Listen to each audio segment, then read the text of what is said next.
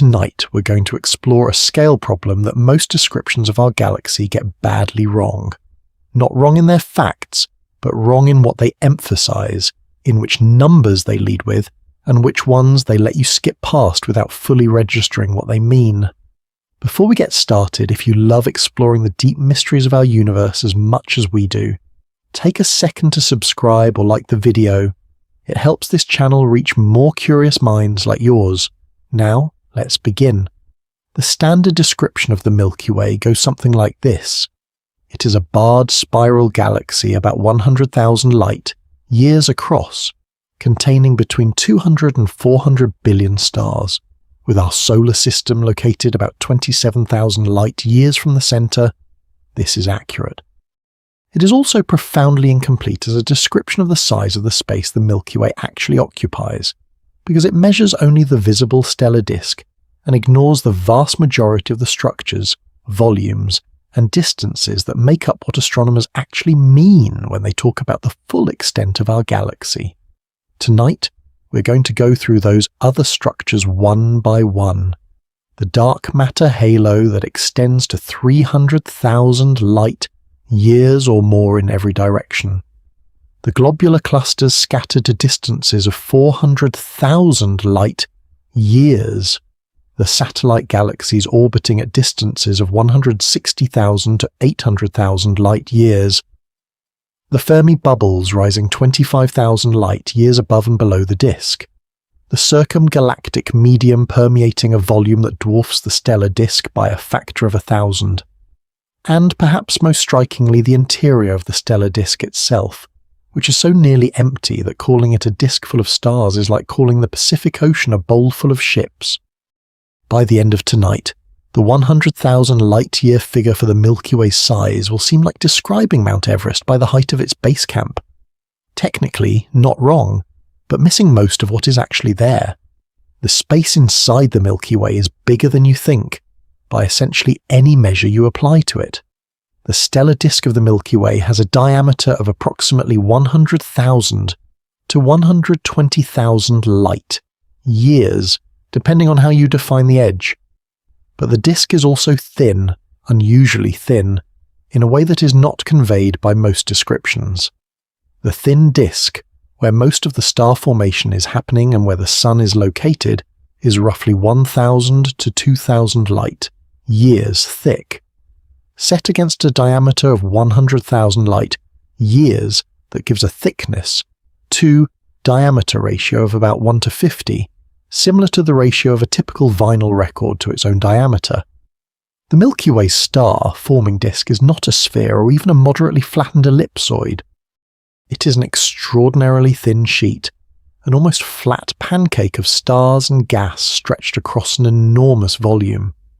Above and below this thin disk is the thick disk, a more diffuse population of older stars extending to roughly 6,000 to 10,000 light years above and below the midplane. The thick disk stars are chemically distinct from thin disk stars, with lower abundances of heavy elements, and they are generally older, having formed in an earlier epoch of the galaxy's history.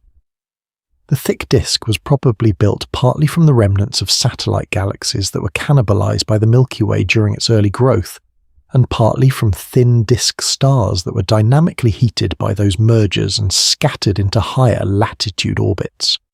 Beyond the thick disk is the stellar halo, a roughly spherical distribution of old, metal, poor stars extending to perhaps 100,000 light years or more from the galactic center. The stellar halo contains only about 1 to 2% of the galaxy's total stellar mass, but it occupies an enormous volume and contains numerous stellar streams, the disrupted remnants of satellite galaxies that were torn apart by the Milky Way's gravity over billions of years. Tonight, the volume enclosed by the stellar disk alone, even ignoring everything outside it, is almost impossible to convey at human scales. The thin disk has a diameter of 100,000 light years and a thickness of roughly 1,000 light years. Its volume, modelled as a cylinder, is approximately pi times 50,000 squared times 1,000, or roughly 8 trillion cubic light years. A cubic light year is a cube with sides of 5.88 trillion miles. 8 trillion of those cubes, each 5.88 trillion miles on a side, make up the space enclosed by the thin stellar disk. And that space, as we will see in detail, is almost entirely empty.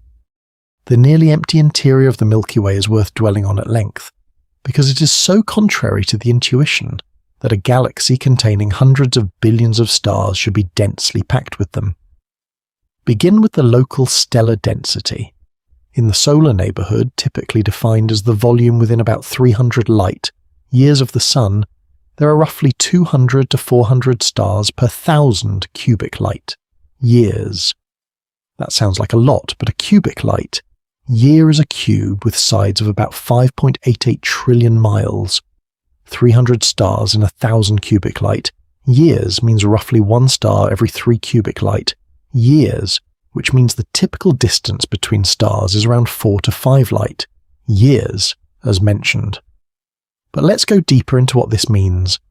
The solar system extends to the Oort cloud, the distant reservoir of comets, at roughly 1 to 2 light years from the Sun. If we define the Sun's sphere of gravitational dominance, the region where its gravity exceeds that of nearby stars, it is roughly the same distance. So each star effectively controls a sphere of space roughly 1 to 2 light years in radius, and those spheres are separated from each other by gap distances of roughly 2 to 3 additional light years of essentially unoccupied space. Now scale this up. The tactile analogy requires choosing a scale that makes numbers human, sized. Let's shrink the solar system to the size of a standard basketball court, roughly 94 feet long and 50 feet wide. At that scale, the Sun is about the size of a bacterium, too small to see with the naked eye. The Earth is a speck smaller than an atom of dust. The Oort cloud's outer edge is somewhere around the edge of the court, and on that same scale the nearest star, Proxima Centauri, is about 1,400 miles away. From a basketball court in New York City, the nearest other basketball court is in Denver. The Milky Way at that scale would be a collection of basketball courts spread across a region roughly the size of the entire Earth's surface, with the courts averaging 1,400 miles apart. 200 billion basketball courts, each separated from its neighbours by more than 1,000 miles of open space, scattered across a region as wide as the Earth is around. This is what the interior of the Milky Way actually looks like. It is not a fog of stars. It is not a dense cloud of light. It is an almost perfect vacuum punctuated by isolated points of matter. The night sky gives a misleading impression.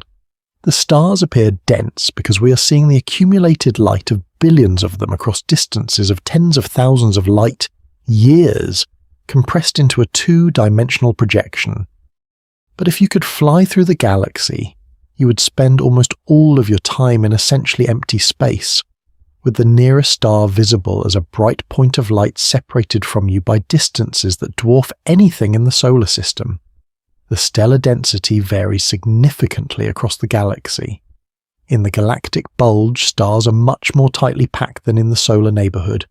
In the densest parts of the central parsec around Sagittarius A star, the stellar density is roughly 1,000,000 times higher than in the solar neighbourhood, with stars separated by only a few thousandths of a light year rather than several light years. At that density, the night sky from a planet near the galactic centre would be dramatically brighter than our own, with dozens of stars as bright as or brighter than the full moon. In the outer disk, the opposite is true. Beyond the Sun's orbital radius, stellar density falls progressively. In the outermost regions of the stellar disk, stars may be separated by tens of light years, and in the stellar halo by hundreds. A hypothetical planet orbiting a halo star would look out at a nearly empty sky, with the rest of the galaxy visible as a bright edge, on disk in one part of the celestial sphere. But most of the sky would be dark and star-sparse. The interstellar medium between the stars fills this space, but in a form so diffuse it would register as vacuum by any standard measurable on Earth. The warm neutral medium, one of the dominant phases of the ISM, has a density of roughly 0.1 to 10 atoms per cubic centimetre. The hot ionized medium, which fills much of the volume of the disk, has a density of about 0.003 to 0.01 atoms per cubic centimetre. Earth's atmosphere at sea level has a density of about 27 billion molecules per cubic centimetre. The ISM is between 10 to 15 orders of magnitude less dense than the air we breathe, while still being the primary medium filling the space between stars. Even the molecular clouds that eventually collapse to form stars are not dense by Earth standards. A typical giant molecular cloud has a density of perhaps 100 to 300 molecules per cubic centimetre. This is still orders of magnitude less dense than the best laboratory vacuum. But molecular clouds are cold, roughly 10 to 30 Kelvin, and enormous, typically 50 to 300 light years across and containing millions of solar masses of material. Their gravitational self, attraction is sufficient to overcome the thermal pressure at these temperatures and densities, causing them to slowly collapse and fragment into the smaller clumps that eventually form individual stars and planetary systems.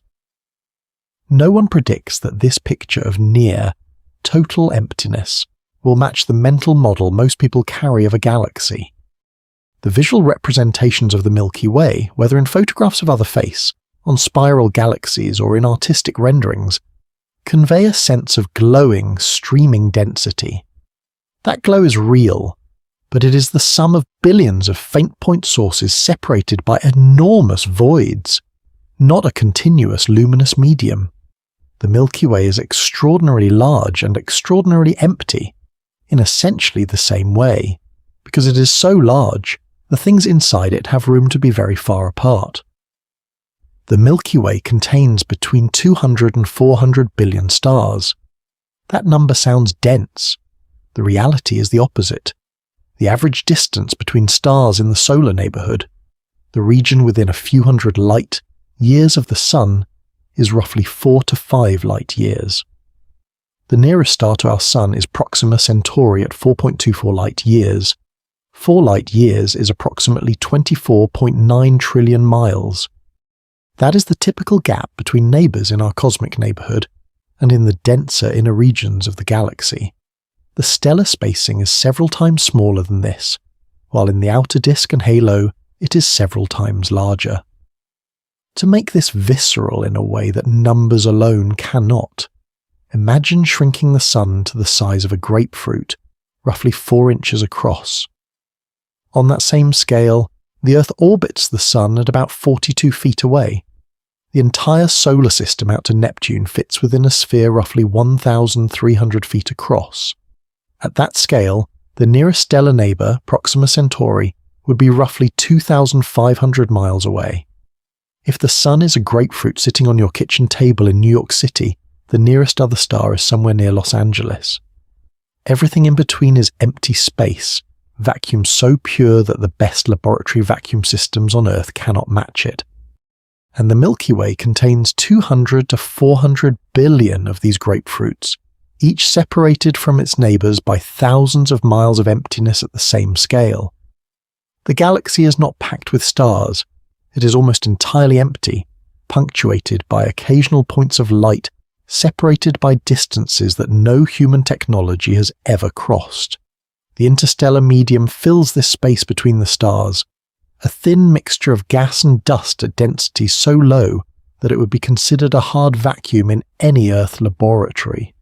On average, the interstellar medium in the disk has about 1 atom per cubic centimetre, compared to around 27 billion atoms per cubic centimetre in Earth's atmosphere at sea level.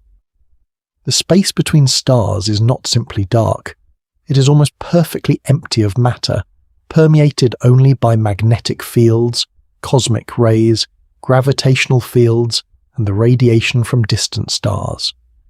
The density of the interstellar medium is not uniform. Molecular clouds, the densest regions, have densities of millions to billions of molecules per cubic centimetre and are the sites of star formation. These clouds are enormous but sparsely distributed.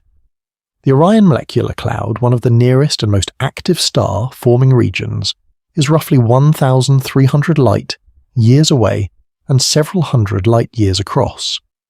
It is an outlier of density in a galaxy that is mostly far thinner than the best vacuum we can create on Earth. No one expects this visceral emptiness to be intuitive. We live on a planet dense with matter, in an atmosphere thick enough to breathe, surrounded by things that touch each other. The Milky Way is structurally the opposite. Vast distances of near, nothingness interrupted by occasional concentrations of matter, each concentration separated from its neighbours by voids that would take the fastest spacecraft ever built roughly 70,000 years to cross. In 2010, astronomers analysing data from the Fermi Gamma Ray Space Telescope discovered two enormous lobes of high-energy emission extending above and below the plane of the Milky Way. They called them the Fermi bubbles, and they are among the largest and most energetic structures in the galaxy.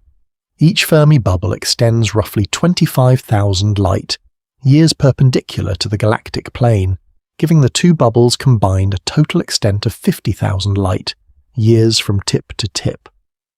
The bubbles appear to be centered on Sagittarius A, star at the galactic center, and they contain high-energy electrons and positrons interacting with light from the cosmic microwave background, and from starlight to produce the gamma ray emission that the Fermi telescope detected.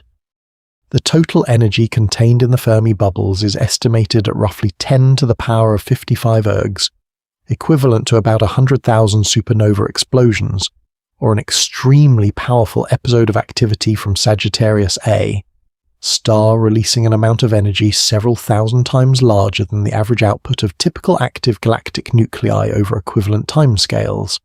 The origin of the bubbles is still debated, but the leading explanations involve either a massive burst of star formation in the galactic center several million years ago, with the combined energy injection of many supernovae driving the gas outward, or a period of intense jet activity from Sagittarius A, star when it was accreting material at a much higher rate than today. The discovery of the Fermi bubbles illustrates how incompletely we understood the Milky Way as recently as a decade ago.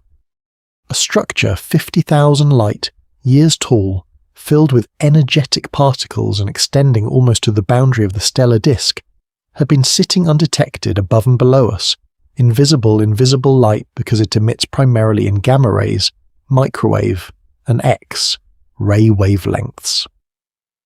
Multi-wavelength surveys, particularly the eROSITA Soft X, Ray All, Sky survey completed in 2020, have revealed that the Fermi bubbles have a corresponding X, ray counterpart, the eROSITA bubbles, which are even larger, extending to roughly 45,000 light years from the galactic plane on each side. The combined extent of the Fermi and eROSITA structures, 90,000 light years from tip to tip when including both lobes and both wavelength signatures, means that the Milky Way has a vertical extent comparable to its horizontal extent, a sphere of activity centered on the galactic center with a diameter approaching 90,000 light years in the perpendicular direction. No one expected a disk galaxy to have such prominent vertical structure. The discovery changed the picture of what the Milky Way looks like as a three-dimensional object. The bubbles also have a cosmological implication. They demonstrate that the Milky Way's central black hole has not been quiet throughout cosmic history.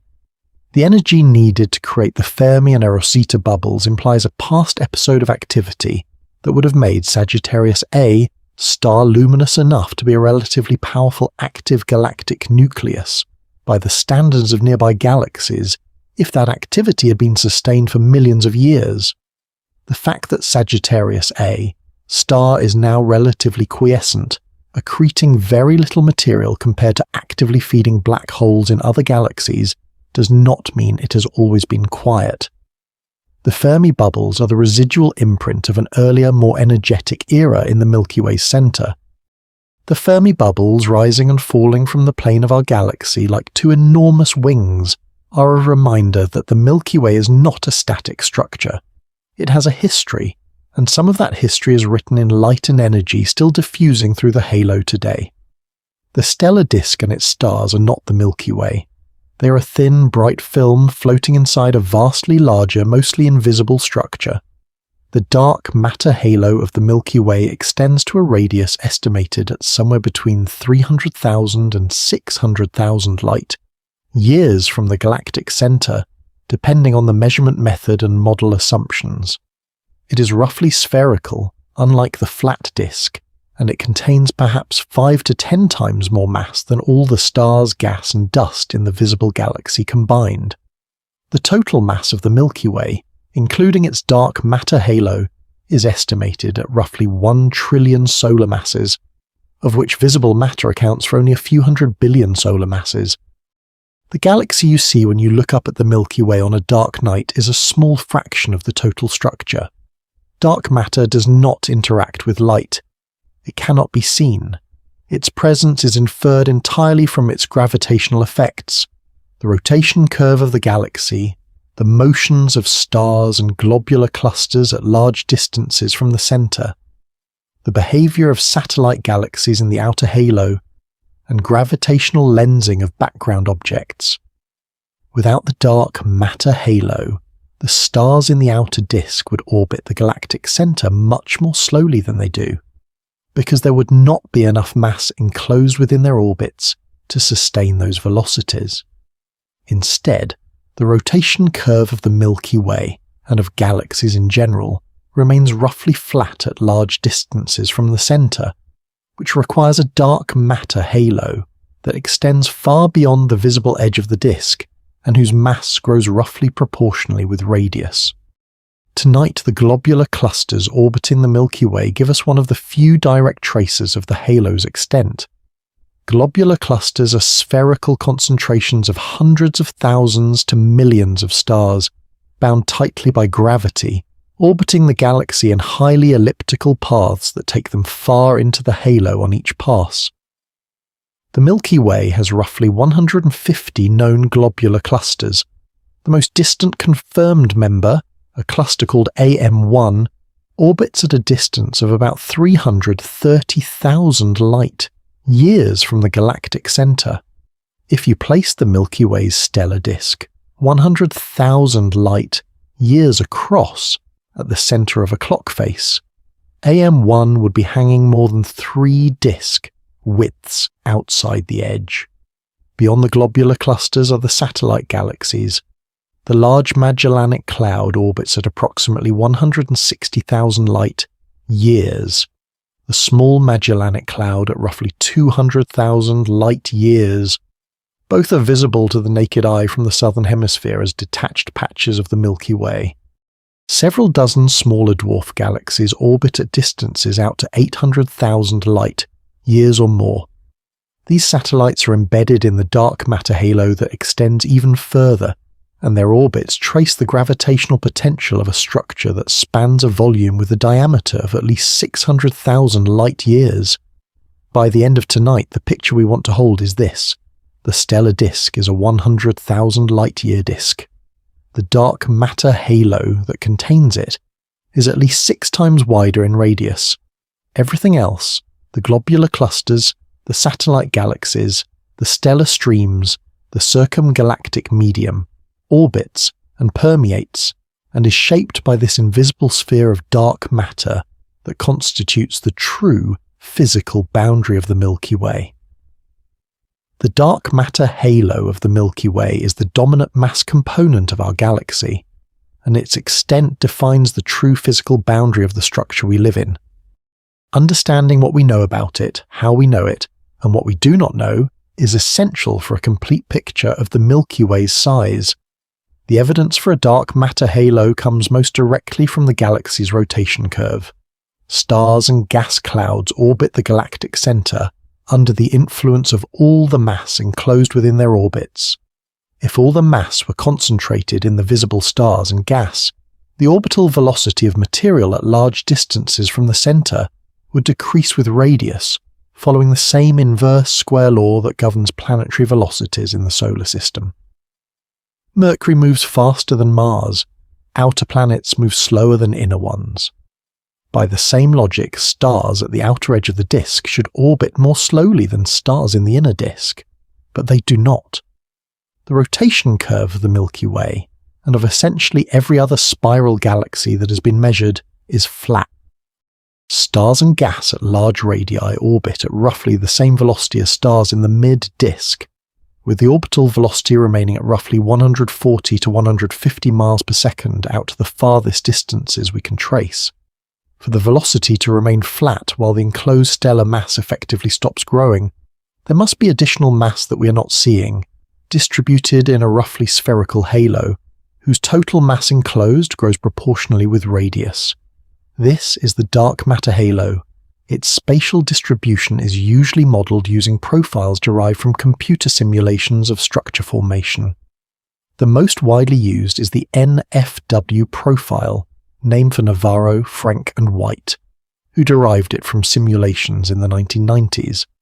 The NFW profile predicts that dark matter density rises steeply toward the galactic centre, following a cusp or core depending on how baryonic feedback is modelled, and falls off at large radii as a power law.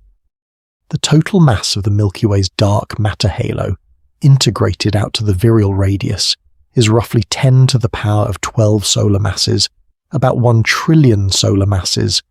The virial radius is the conventional boundary of the dark matter halo, defined as the radius within which the average dark matter's density exceeds 200 times the critical density of the universe.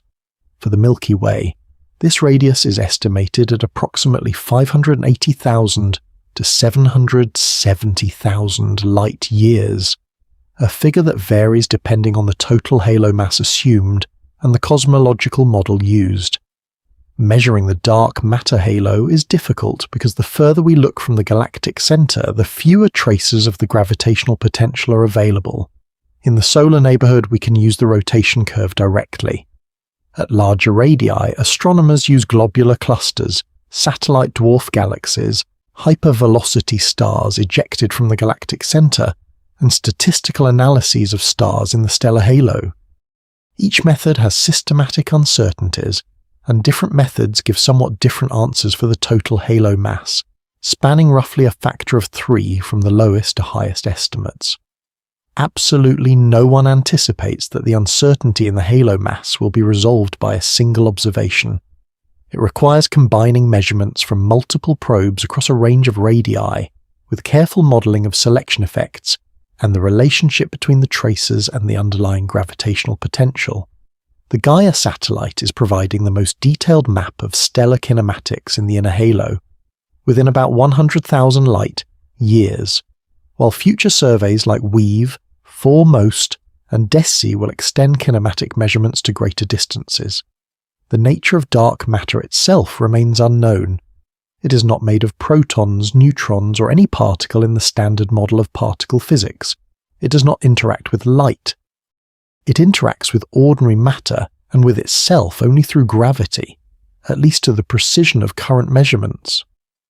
The leading candidate from particle physics was the weakly interacting massive particle, or WIMP, a hypothetical particle that would interact via the weak nuclear force as well as gravity, making it potentially detectable in underground particle detectors.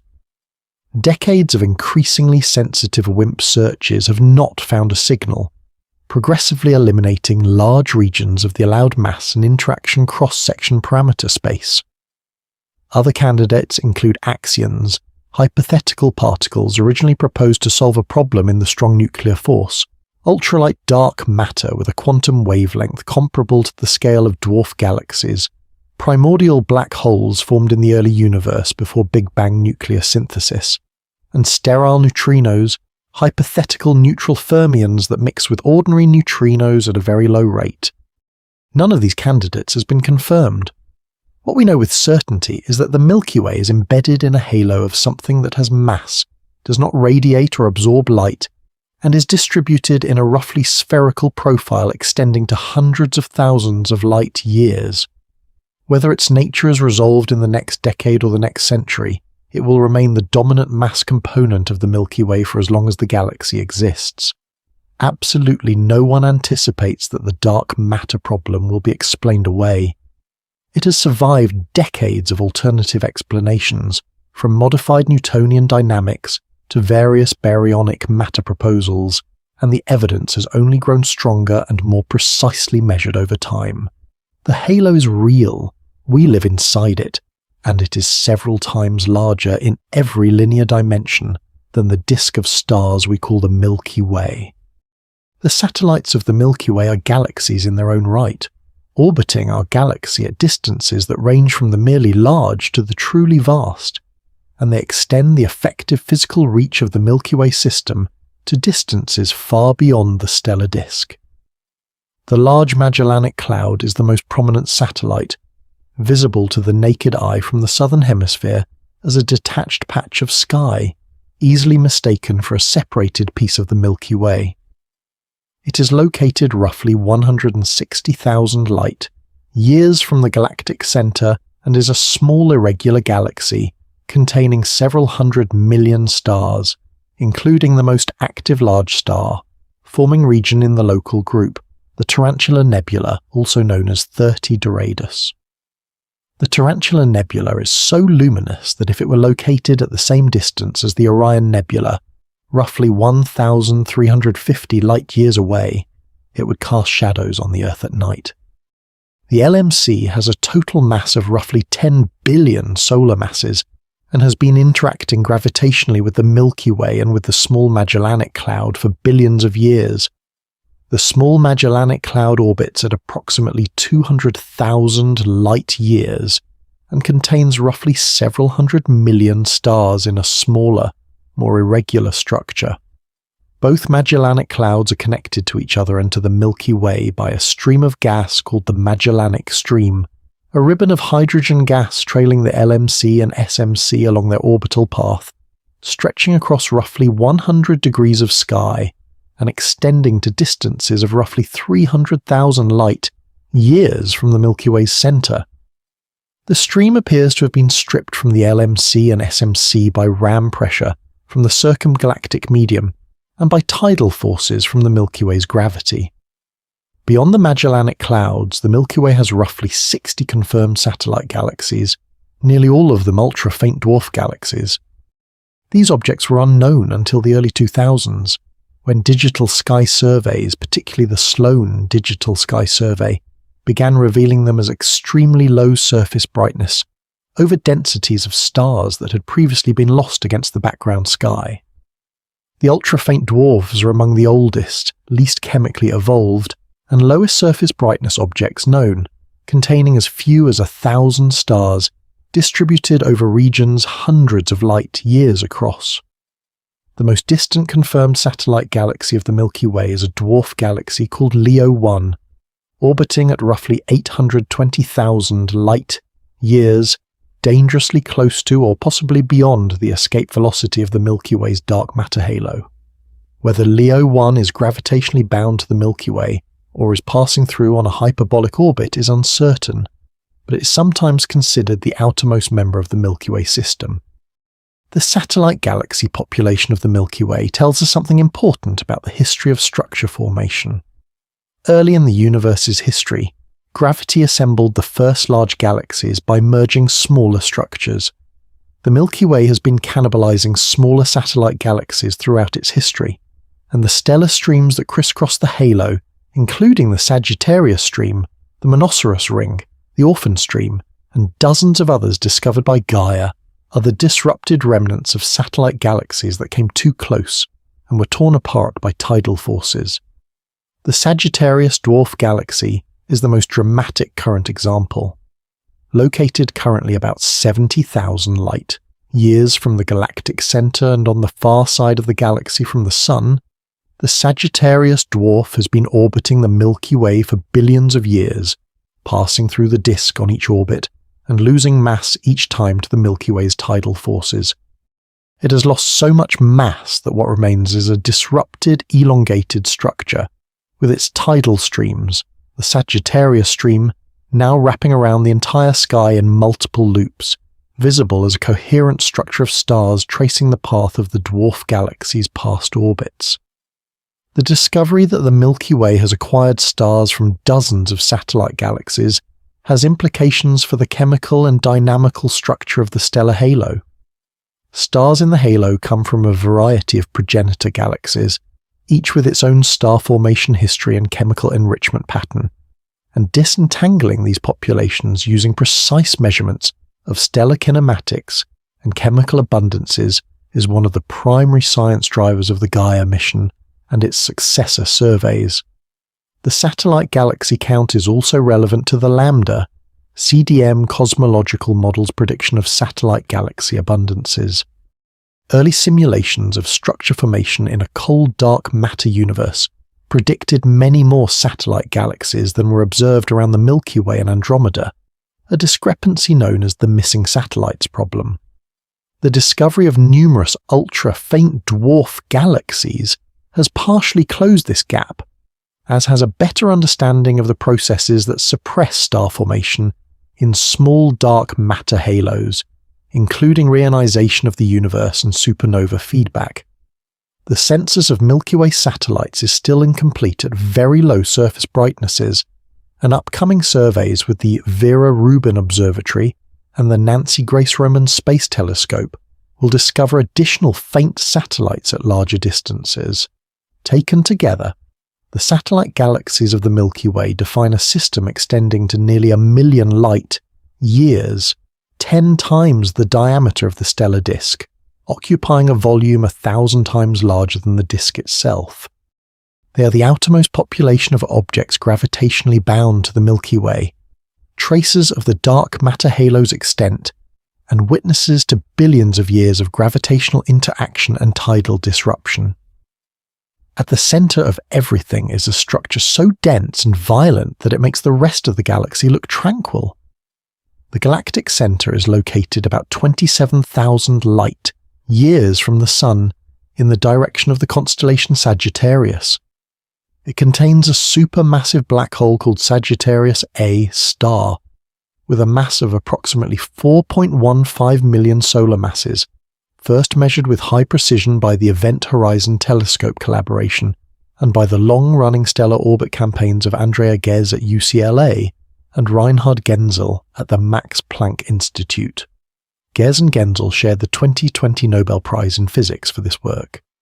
Surrounding Sagittarius A star is the central parsec, a region roughly 3.26 light-years in radius, containing thousands of stars in a dense cluster including the S stars, a population of young massive blue stars whose orbital periods around the black hole are measured in years to decades, rather than the millions of years it takes the Sun to orbit the galactic center. The S2 star, one of the most closely studied, completes its orbit around Sagittarius A star in about 16 years, approaching within about 120 times the Earth Sun distance at periapsis. The gravitational dynamics of these stars in the immediate vicinity of a supermassive black hole allow the mass of Sagittarius A star to be measured from first principles without any assumptions about stellar physics. Beyond the central parsec is the central molecular zone, a region approximately 1,500 light-years in radius that contains a large fraction of the galaxy's densest molecular gas. This region has been the site of intense star formation and is permeated by magnetic fields orders of magnitude stronger than those in the outer disk. The galactic bar extends from the center outward to a radius of roughly 15,000 to 20,000 light-years. It is a roughly elongated structure of stars and gas whose long axis is tilted at about 25 to 35 degrees relative to the line connecting the Sun to the galactic center.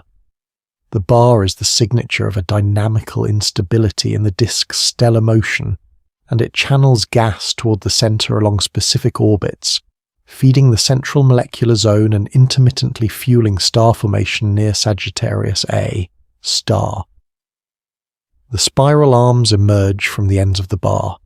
The Milky Way has 4 major spiral arms, traditionally named the Norma, Scutum, Centaurus, Sagittarius and Perseus arms, with the Sun located in a minor arm or spur called the local arm or Orion spur between the Sagittarius and Perseus arms. The spiral arms are not rigid solid structures but rather density waves, regions of temporarily compressed gas and dust that trigger star formation as interstellar material passes through them. The star-forming regions that give the arms their blue-white colour are populated by massive young stars born from that compression that live only a few million years before exploding as supernovae and dispersing back into the interstellar medium. Tonight, the scale of the bar and arms alone gives a sense of the interior volume we're describing. The bar spans 30,000 to 40,000 light years end to end. The spiral arms extend from near the centre to the outer disk, tracing paths of dense star, forming material across the entire 100,000 light-year diameter of the disk. Each arm is not a line but a band, thousands of light, years wide, permeated by molecular clouds, ionized regions, and the scattered stellar remnants of previous generations of star formation. If you add up all the visible matter in the Milky Way, the stars, the gas clouds, the dust, and the stellar remnants, and compare it to the total mass that the galaxy must have based on its gravitational effects, you find that a large amount of ordinary baryonic matter is unaccounted for. Not dark matter, which is something else entirely, but ordinary hydrogen and helium, the same stuff that makes up stars and gas clouds that should be present but is not easily detected. The missing baryons, as this problem is called, appear to reside in the circumgalactic medium. The circumgalactic medium, or CGM, is a diffuse halo of warm and hot gas surrounding the Milky Way and extending to hundreds of thousands of light, years from the galactic centre, well beyond the stellar disk and even beyond most of the dark matter halo's densely sampled region. It is detected primarily through absorption features in the spectra of distant quasars. When the light from a background quasar passes through the CGM, the tenuous gas absorbs specific wavelengths, leaving fingerprints that tell us the gas's temperature, density, and chemical composition. The CGM is not cold like molecular clouds in the disk. It exists at a range of temperatures from roughly 10,000 Kelvin to several million Kelvin, with the hottest gas being essentially invisible in optical light but bright in X-ray observations. The Erecita-All, SKI-X, ray survey detected what appears to be extended hot gas emission from the Milky Way's CGM out to large radii, though disentangling the Milky Way's own CGM from the hot X-ray background of the entire universe is technically challenging. The mass of the Milky Way's CGM is uncertain, but estimated at somewhere between several tens of billions and perhaps 100 billion solar masses, potentially comparable to or exceeding the mass of stars in the disk itself. If this estimate is even roughly correct, the CGM contains a significant fraction of the galaxy's ordinary baryonic matter in a form that is too diffuse and too hot to form stars under current conditions. The CGM also serves as a reservoir that feeds star formation. Gas from the CGM can cool, condense, and fall onto the disk, replenishing the supply of gas available for forming new stars. It also receives material ejected from the disk by stellar winds, supernova explosions, and the energetic outflows from the galactic centre. The CGM is not a static reservoir but a dynamic, circulating medium in constant exchange with the disk below it. By the end of tonight, the circumgalactic medium adds yet another layer to the size of the Milky Way. The stellar disk is 100,000 light years across. The dark matter halo extends to perhaps 600,000 light years.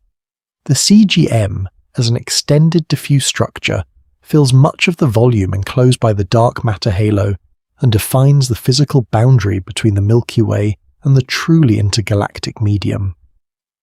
The complete structure of our galaxy, from the supermassive black hole at its centre to the outermost tendrils of its CGM, spans a region that is conservatively estimated at over 400,000 light years in diameter and possibly much more. The 100,000 light-year figure that opens every encyclopedia entry about the Milky Way is not wrong. It is simply describing the bright core of something far larger, like describing the Sun by the size of its photosphere and ignoring the corona that extends millions of miles above it. The Milky Way contains between 200 and 400 billion stars. Almost every one of those stars, current evidence suggests, is orbited by at least one planet.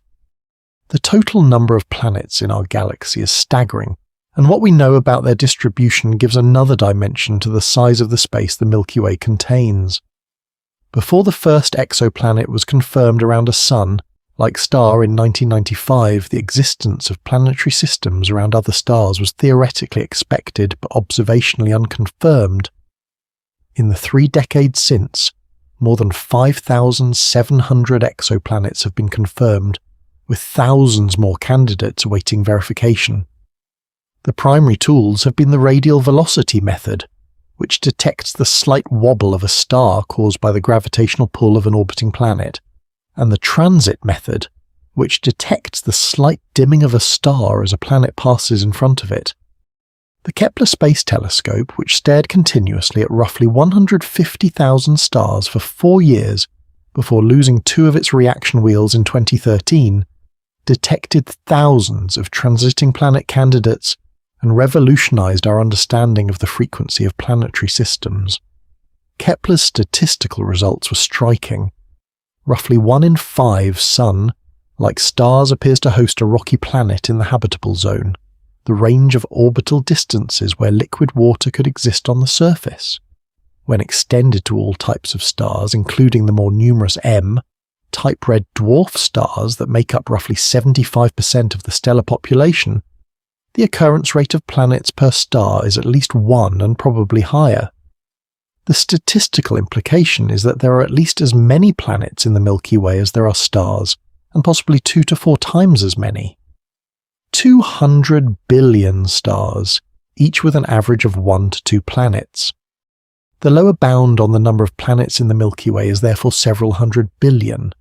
Some estimates push toward 1 trillion.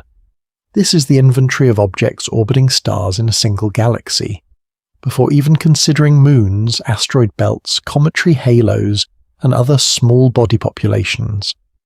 The distribution of planetary types within the Milky Way is not uniform. The inner regions of the galaxy, closer to the galactic center, are richer in heavy elements, because the dense stellar environment has produced more generations of stars whose deaths enrich the surrounding gas with carbon, oxygen, nitrogen, silicon, iron, and the other elements heavier than hydrogen and helium. Planets in the inner galaxy tend to be rocky and iron-rich, with a higher probability of hosting the materials associated with life as we understand it on Earth. Stars in the outer disk and halo are older and more metal-poor, producing planetary systems with fewer heavy elements, which may limit the complexity of planetary geology and the availability of certain bioessential materials. The habitable zone itself varies with stellar type.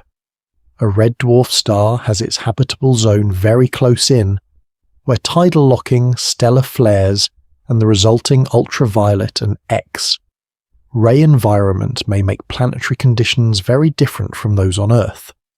A star similar to the Sun has its habitable zone at roughly Earth-like distances. More massive, hotter stars have habitable zones at greater distances, but the stars themselves live much shorter lives, limiting the time available for complex chemistry and potentially for biology. The planets themselves are not the only structure orbiting within planetary systems. Each planetary system likely hosts a debris disk analogous to our asteroid belt and Kuiper belt, the scattered remnants of the planet formation process that did not accrete into larger bodies. These disks can contain enormous amounts of material, distributed in rings and belts shaped by the gravitational influence of the planets. The solar system's Oort cloud alone, the outermost reservoir of comets extending to perhaps 1 to 2 light years from the Sun, may contain trillions of icy bodies. No one expects the full inventory of small body populations in the Milky Way to be mapped in detail in the foreseeable future. What Kepler and its successor TESS have given us is the statistical picture. Planets are ubiquitous. Their distribution follows predictable patterns tied to stellar type and galactic chemical history, and the total number within the Milky Way is so large that even the rarest outcomes of planetary formation are likely to occur billions of times across the galaxy. The planet population of the Milky Way adds a further layer to the scale of what we are discussing. A galaxy is not just a collection of stars. It is a collection of planetary systems, each a complex gravitational unit, and those systems are distributed across 100,000 light-years of disk in a thin plane that is mostly empty space. The Milky Way is a galaxy of worlds, most of them unknown, all of them separated by the same incomprehensible distances that separate the stars they orbit. We do not sit at the centre of the Milky Way. We do not sit at the edge. We sit in a roughly middle position in the disk, approximately 27,000 light-years from the galactic centre, in a region called the solar neighbourhood, which is itself part of a larger structure called the local arm. Our location within the Milky Way is not random in the sense of being accidental. Stars and planetary systems tend to form in molecular clouds in the spiral arms. The Sun formed in a cloud of gas and dust in one of the Milky Way's spiral arm regions about 4.6 billion years ago, and has since orbited the galactic centre approximately 20 times. At our current orbital velocity of roughly 143 miles per second, one complete orbit around the galactic centre takes approximately 225 to 250 million years, a period sometimes called a cosmic year or galactic year. The Sun is currently located in the local bubble, a cavity of hot, low-density gas roughly 1,000 light-years across, carved out by a series of supernova explosions that occurred over the last few million years. The boundaries of the local bubble are walls of denser, cooler gas where the expanding supernova shockwaves piled up interstellar material.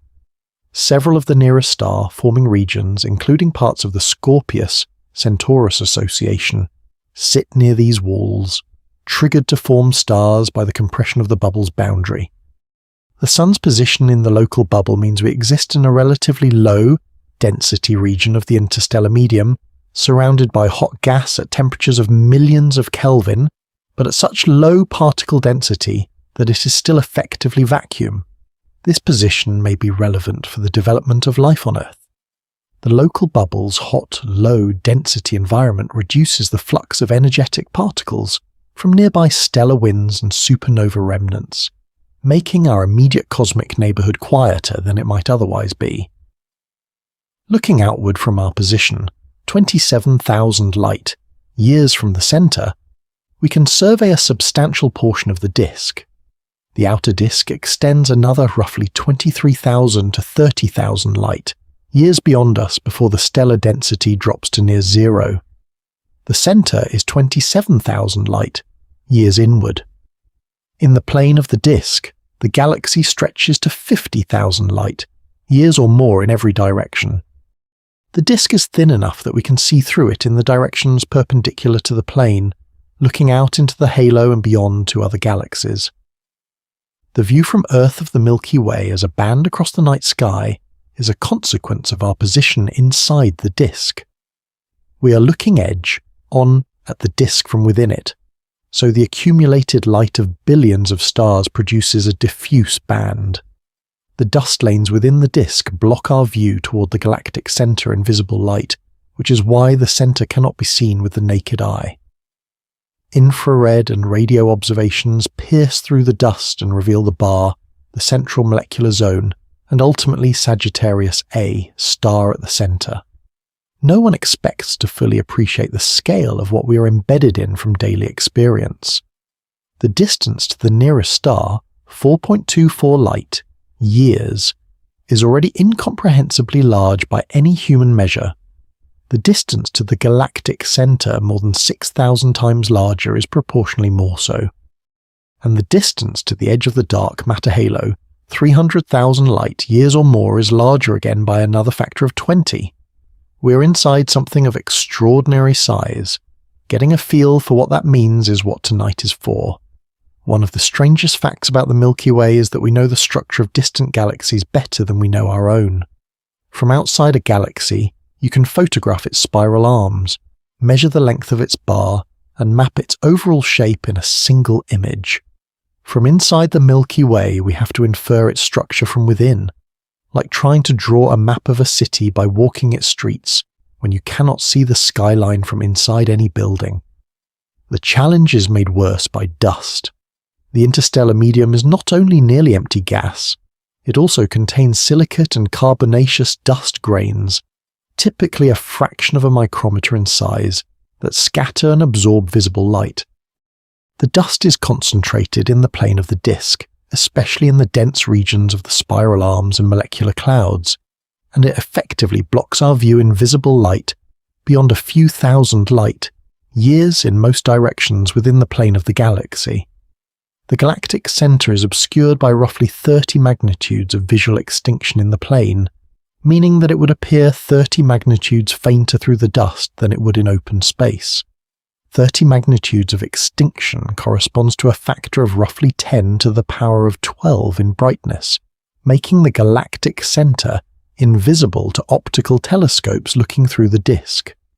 Radio waves pass through the dust without significant attenuation, which is why radio astronomy revealed the large-scale structure of the Milky Way far earlier than optical observations. The 21-centimeter emission line of neutral hydrogen, produced when the spin states of hydrogen atoms flip and release a photon of that specific wavelength, can be detected across the entire galaxy, and by measuring the Doppler shift of this emission, astronomers can infer the velocity of the emitting hydrogen along any line of sight. Combining these velocities with a model of the galaxy's rotation curve allows the distance to the emitting gas to be estimated, yielding a three-dimensional map of neutral hydrogen distribution. The radio maps revealed the spiral arm structure of the Milky Way long before it could be traced optically. But radio distance measurements have their own ambiguities, particularly the kinematic distance ambiguity in the inner galaxy, where a given line of sight velocity corresponds to two possible distances.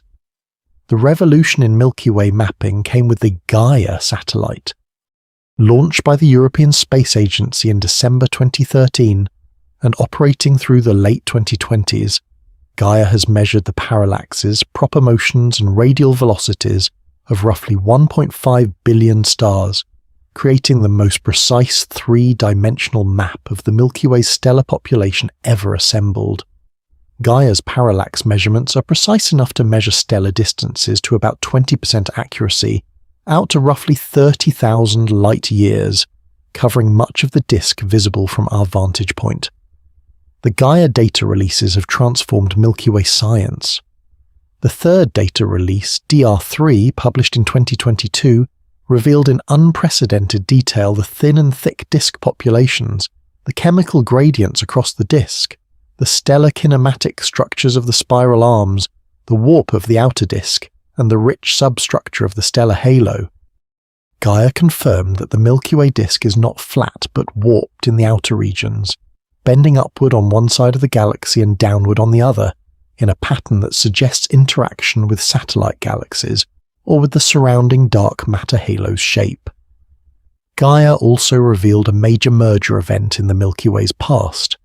A population of stars in the inner halo has kinematics and chemical compositions consistent with the debris of a massive satellite galaxy that merged with the Milky Way roughly 10 billion years ago. This event, named Gaia, Enceladus or Gaia, sausage after the elongated shape of the star's orbital distribution in velocity space, delivered roughly half the mass of the current inner stellar halo and likely triggered a burst of star formation in the proto-disk. It reshaped the inner galaxy and may have established the thick disk as a distinct structural component. No one predicts that Gaia will map the entire Milky Way. The dust extinction in the plane means Gaia cannot see through to the far side of the disk in many directions, and at distances beyond roughly 30,000 light-years, the parallax uncertainties become too large for reliable individual star distances. Future missions, including a proposed ESA successor to Gaia, and ground-based spectroscopic surveys covering billions of stars will extend the coverage. Infrared spectroscopic surveys like Apogee and its successor, SDSS-V, are mapping stellar populations at lower galactic latitudes by working in wavelengths where dust is less opaque. Absolutely no one anticipates that we will have a complete, precise, three-dimensional map of the Milky Way in the next decade. The outer disk is poorly sampled, the far side of the galactic center is obscured, the halo is sparse and hard to survey, and the CGM is essentially invisible except through absorption spectroscopy toward bright background sources. We are in the middle of a golden age of Milky Way science, with an unprecedented dataset from Gaia, improving daily our understanding of the galaxy's structure. But the map is still far from complete. What the Gaia era has confirmed is that the Milky Way is even more complex than previous description suggested. Substructure in the halo, streams from cannibalized satellites, warps and flares in the outer disk, and chemical gradients that record billions of years of stellar evolution and galactic interaction are all present in the data, waiting to be fully interpreted. The galaxy we live in is not a simple, smooth structure. It is the product of billions of years of mergers, star formation, and dynamical evolution, all of which left marks in the positions and velocities of its stars that Gaia is now reading for the first time with anything approaching completeness. The stars of the Milky Way are not permanent fixtures. They are born. They burn their fuel over timescales ranging from a few million years to tens of billions of years, and they die in ways that range from quiet cooling to catastrophic explosions. This stellar life cycle, playing out across 200 to 400 billion stars simultaneously and continuously for 13 billion years, has gradually changed the chemical composition of the galaxy and recycled material back into the interstellar medium to form new generations of stars. The first stars of the Milky Way formed from hydrogen and helium alone, the only elements produced in the Big Bang. These first stars, called population 3 stars by astronomers, were almost certainly very massive, because the absence of heavy elements meant the primordial gas could not cool efficiently to the low temperatures required to form the lower, mass stars that are so common today. Population 3 stars likely had masses of tens to hundreds of solar masses and burned their fuel in only a few million years before exploding as supernovae, enriching the surrounding gas with the first heavy elements: carbon, oxygen, nitrogen, silicon, sulfur, and iron. No population 3 star has ever been directly observed. They formed and died long before the Milky Way existed in its current form, and they were so massive that they burned out in cosmic eye blinks. But their chemical legacy is recorded in the compositions of the oldest surviving stars. Metal, poor stars in the galactic halo, with heavy element abundances less than 1,000th of the Sun's, formed from gas that had been only lightly enriched by the first generations of population 3 stars. Their ancient compositions preserve a chemical record of the early universe's stellar evolution. The second generation stars, population 2 stars, formed from gas already enriched by the population 3 explosions.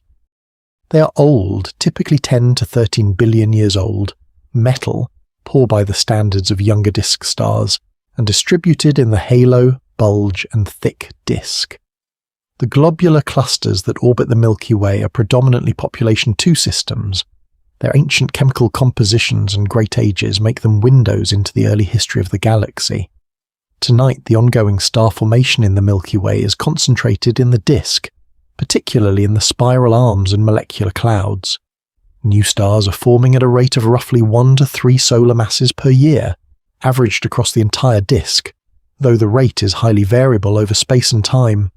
The most active current star forming regions include the Cygnus X complex in the Perseus arm, the W51 region in the Sagittarius arm, and the various molecular clouds in Orion, Taurus, and Ophiuchus in our immediate stellar neighborhood. The mass spectrum of newly formed stars, called the initial mass function, is heavily weighted toward low-mass stars. For every massive star of 10 solar masses or more, roughly 100 low-mass stars of less than 1 solar mass are born in the same region.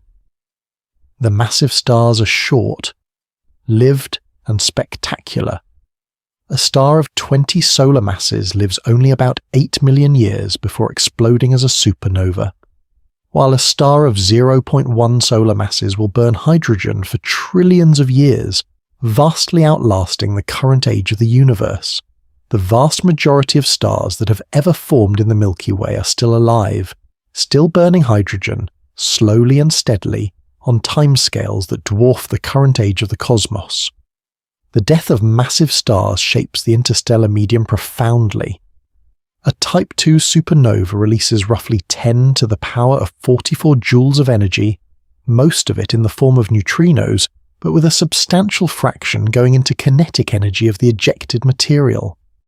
The ejector from a supernova expands into the surrounding ESM at thousands of miles per second, sweeping up gas and creating a shell of hot, compressed material called a supernova remnant. Over tens of thousands of years, this shell decelerates as it sweeps up more mass, eventually merging back into the general ISM and distributing its heavy elements throughout the local galaxy. The Milky Way disk has experienced roughly one supernova explosion every few decades on average throughout its history.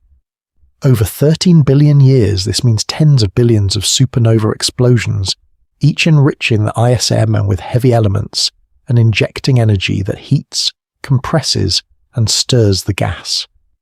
The chemical evolution of the galaxy is the accumulated record of all these events. The Sun is a second or third generation star, formed from gas that has already been processed through many previous generations of stellar evolution. The iron in the Earth's core, the calcium in bones, the oxygen in the atmosphere, the carbon in organic molecules, were all synthesized in stellar interiors or in supernova explosions that predated the formation of the solar system by billions of years. No one expects these elements to have been present in the primordial universe. They exist because the Milky Way has been cycling matter through stellar furnaces for more than 13 billion years. By the end of tonight, the stellar life cycle adds a time dimension to the size picture. The Milky Way is not only large in space, but in time, a structure that has been actively processing matter, forming and destroying stars, enriching its interstellar medium, and growing through mergers for essentially the entire history of the universe.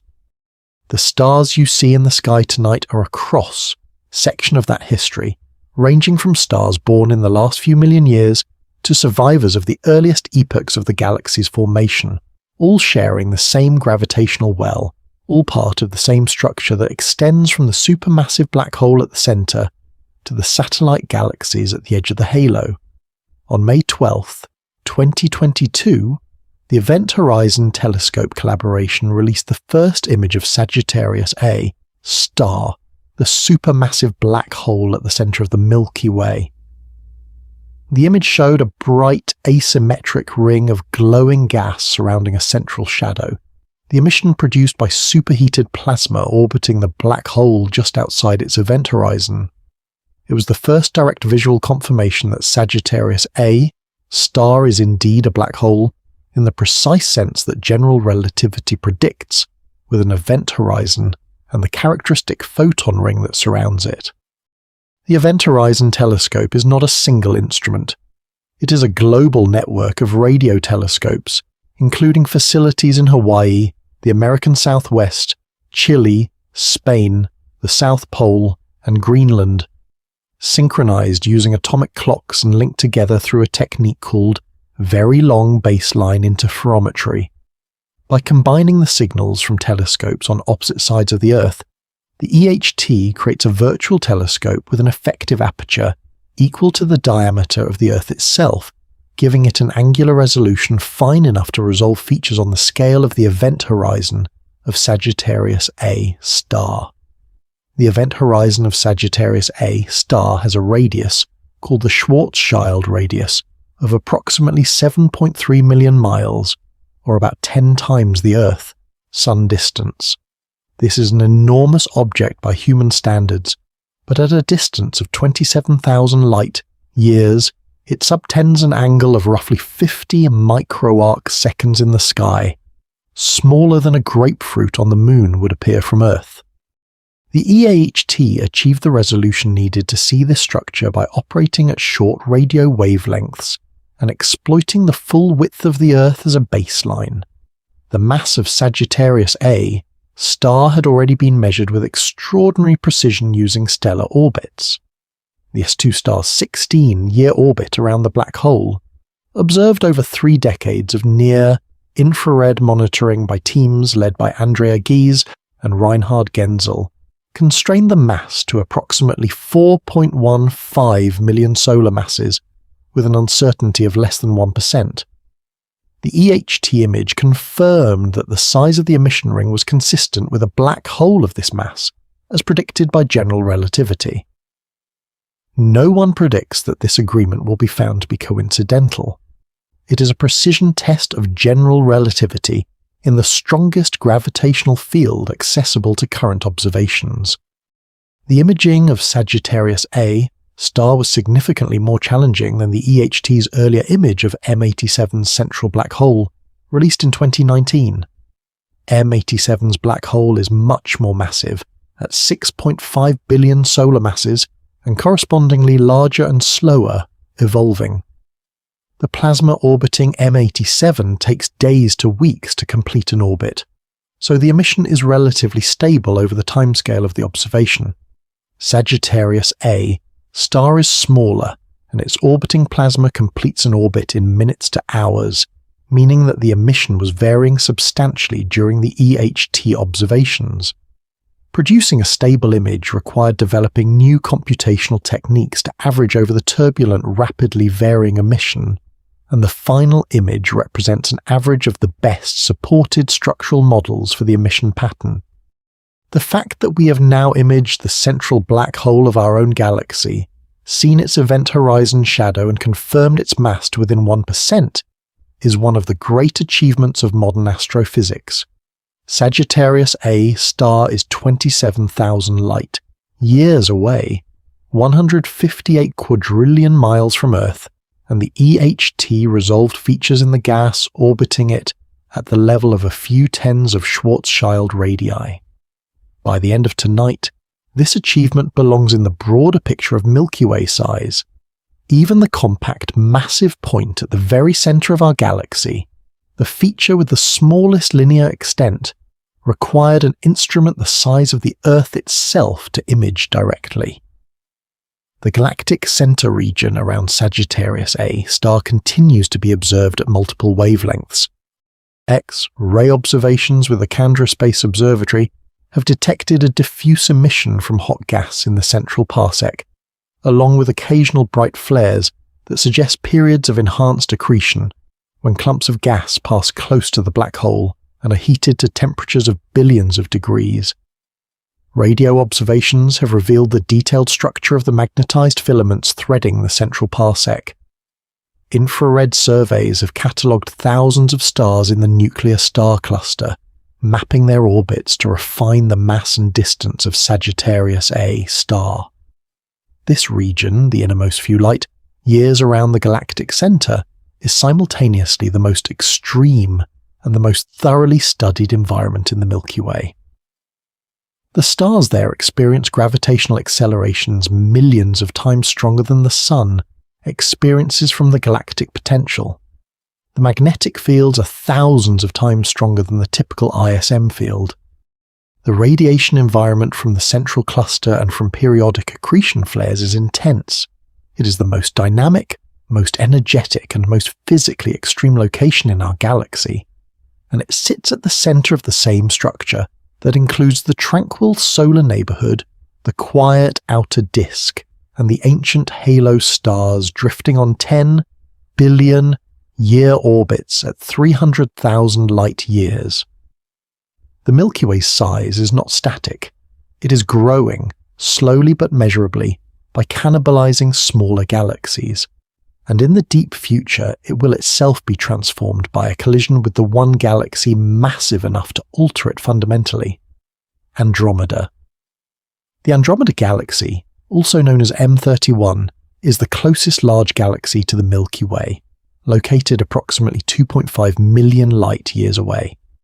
It is a barred spiral galaxy broadly similar to the Milky Way, but somewhat larger, containing perhaps 1 trillion stars compared to our 200 to 400 billion. Andromeda has a dark matter halo comparable in size to or somewhat larger than the Milky Way's. Both galaxies are approaching each other. Andromeda's radial velocity, the component of motion directly toward us, has been measured for over a century from the blue shift of its spectral lines. It is moving toward us at roughly 68 miles per second. But the radial velocity alone does not determine whether the two galaxies will collide. The transverse velocity, the component of motion across our line of sight, matters enormously for predicting the orbital geometry. Measuring this transverse velocity requires detecting the tiny angular shift of Andromeda's position on the sky over years of observation, a task only Gaia and the Hubble Space Telescope have been able to accomplish. The measurements show that Andromeda's transverse velocity is small enough that the two galaxies are on a roughly head-on collision course. Current models predict a first close pass in roughly 4 to 5 billion years, followed by a period of chaotic interaction, a second close approach, and ultimately a complete merger roughly 6 to 10 billion years from today. The merged system will likely be an elliptical or lenticular galaxy, with a very different structure from either progenitor. Tonight, what is important about this collision for our purposes is what it says about the size of the space the Milky Way occupies. The collision will not be a physical impact in the sense of objects smashing together. The stars are so widely separated that stellar collisions during the merger are essentially impossible. No one expects more than a handful of actual stellar collisions to occur during the entire multi-billion-year merger process, out of trillions of encounters between stars from the two galaxies. The galaxies will pass through each other, interpenetrate, and gradually lose kinetic energy to gravitational interactions, tidal stripping, and the dynamical friction of the dark matter halos acting on each other. The dark matter halos, however, will interact very differently. Dark matter halos overlap and interact gravitationally before the stellar disks even begin to touch. The first gravitational influence between the two galaxies is already felt today, at 2.5 million light-years of separation. The halos of the two galaxies extend to hundreds of thousands of light-years each, meaning they are already approaching each other's boundaries.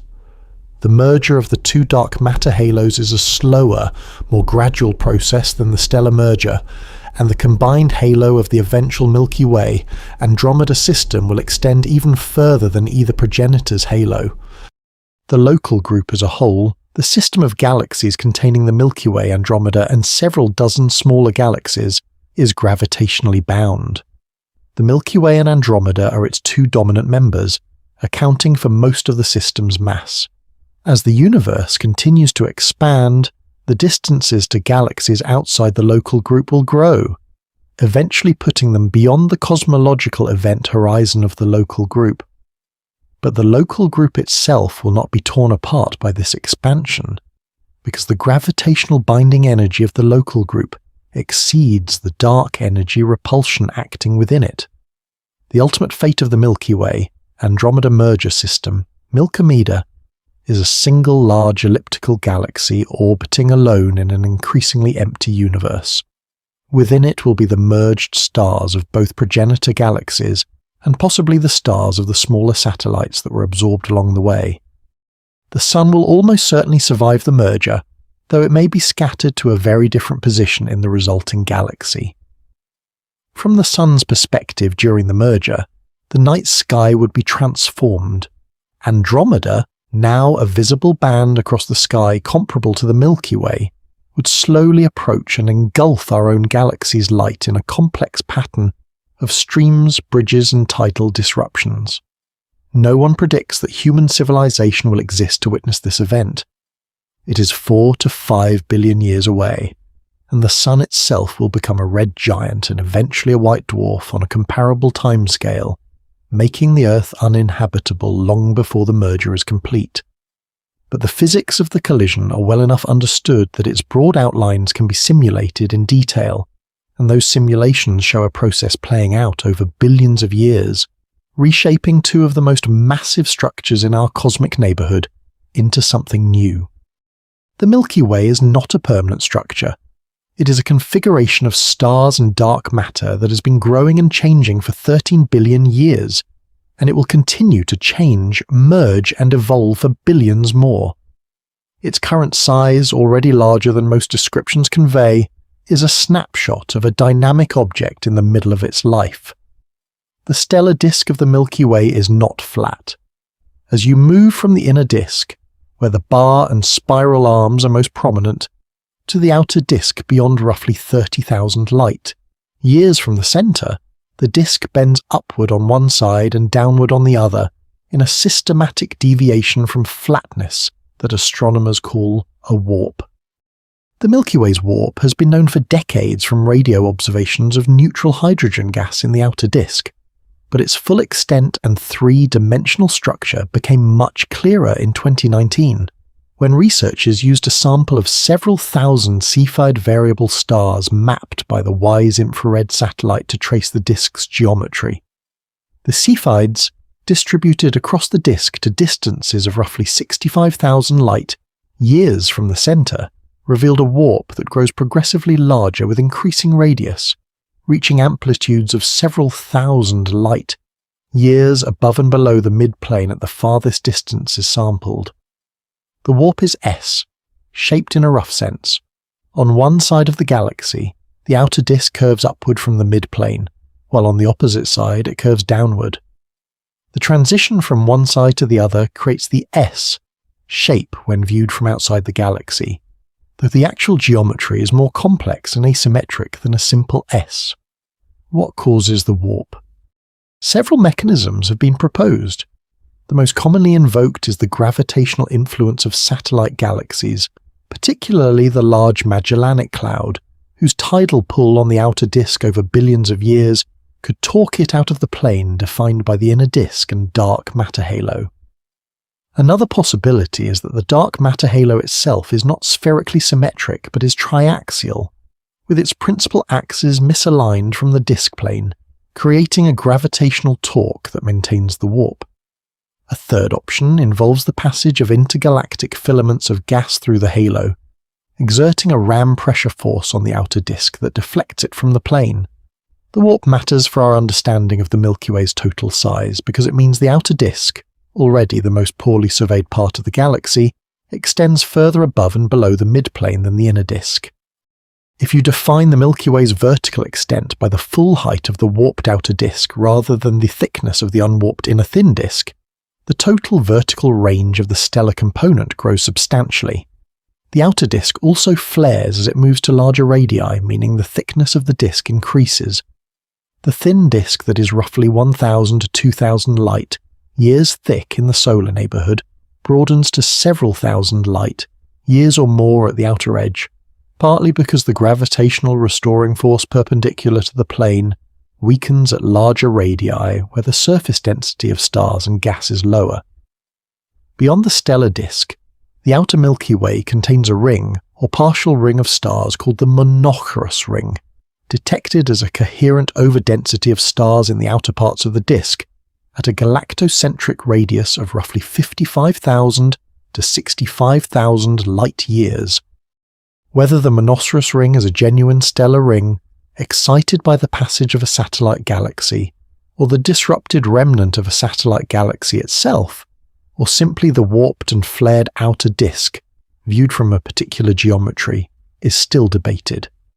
Its presence, whatever its origin, means the outer edge of the Milky Way's stellar component is not a simple, defined boundary, but a complex, asymmetric, and only partially mapped region. Absolutely no one anticipates that the outer disk of the Milky Way will be fully characterized without a much more extensive infrared survey than currently exists. The dust extinction that blocks optical views of the inner galaxy is less severe at larger galactocentric radii and higher latitudes, but the stars in the outer disk are intrinsically rarer and more sparsely distributed, making them hard to detect in systematic surveys. The Vera Rubin Observatory, with its extreme sensitivity and broad sky coverage, will likely detect new outer disk structures and satellite galaxies when it begins full science operations in the mid-2020s. The warp and flare of the outer disk are reminders that the Milky Way's shape, like everything else about it, is the product of billions of years of dynamical interaction with its environment. The outer disk has been pushed, pulled, and torqued by satellite galaxy passages, by the asymmetric mass distribution of the dark matter halo, and by cosmological accretion of gas and dark matter from the cosmic web. Its current geometry is a snapshot of a long and complex dynamical history, still being decoded from the positions and velocities of the stars that trace it. The space between the Milky Way stars is not simply empty. It is filled with a tenuous, complex mixture of gas and dust, organized into distinct phases that span an enormous range of temperatures, densities, and physical states. This interstellar medium, the ISM, is both the raw material from which new stars are made and the repository for everything that previous stellar generations have expelled. It is the circulatory system of the galaxy, and its structure is one of the reasons the Milky Way's interior volume is far larger and more intricate than it first appears. The interstellar medium is conventionally divided into three main phases defined by temperature and ionization state. The hot ionized medium is a diffuse plasma at temperatures of millions of degrees, filling the space excavated by supernova remnants and stellar winds. This phase occupies a large fraction of the disk volume, particularly in the regions near recent and ongoing star formation. Its pressure is high, its density is extremely low, and it is detectable in X-ray emission and by its effect on the polarization of radio waves passing through it. The warm medium, at temperatures of a few thousand to 20,000 degrees, occupies a comparable volume fraction. Part of it is ionized, lit up by ultraviolet radiation from hot stars, and part of it is neutral, detected in the 21 centimeter radio emission of neutral hydrogen. The warm neutral medium is the dominant phase by mass in many regions of the disk. It is the phase in which hydrogen exists as individual atoms rather than as molecules, and it is too hot and diffuse to collapse under gravity on its own. The cold, neutral medium is where the physics becomes most relevant to star formation. At temperatures of 20 to 100 degrees above absolute zero, and densities thousands of times higher than the warm medium, the cold neutral medium exists as sheets and filaments threaded through the disk. These regions are dense enough that gas self shields from the ultraviolet radiation that would otherwise keep it ionized and warm. Within these cold regions, hydrogen can combine on the surfaces of dust grains to form molecular hydrogen, H2, which is the fuel for star formation.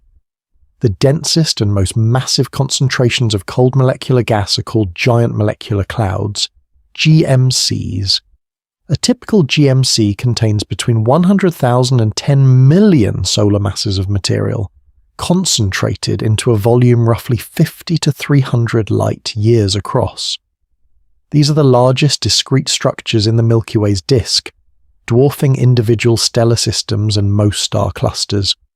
The Milky Way contains several thousand GMCs, concentrated in the spiral arms where the density of gas is highest, and the conditions for molecular gas formation most favourable. The most famous GMC in our stellar neighbourhood is the Orion Molecular Cloud Complex, located roughly 1,300 to 1,500 light years from Earth. The Orion complex spans roughly 200 light years and contains a total mass of perhaps 100,000 solar masses.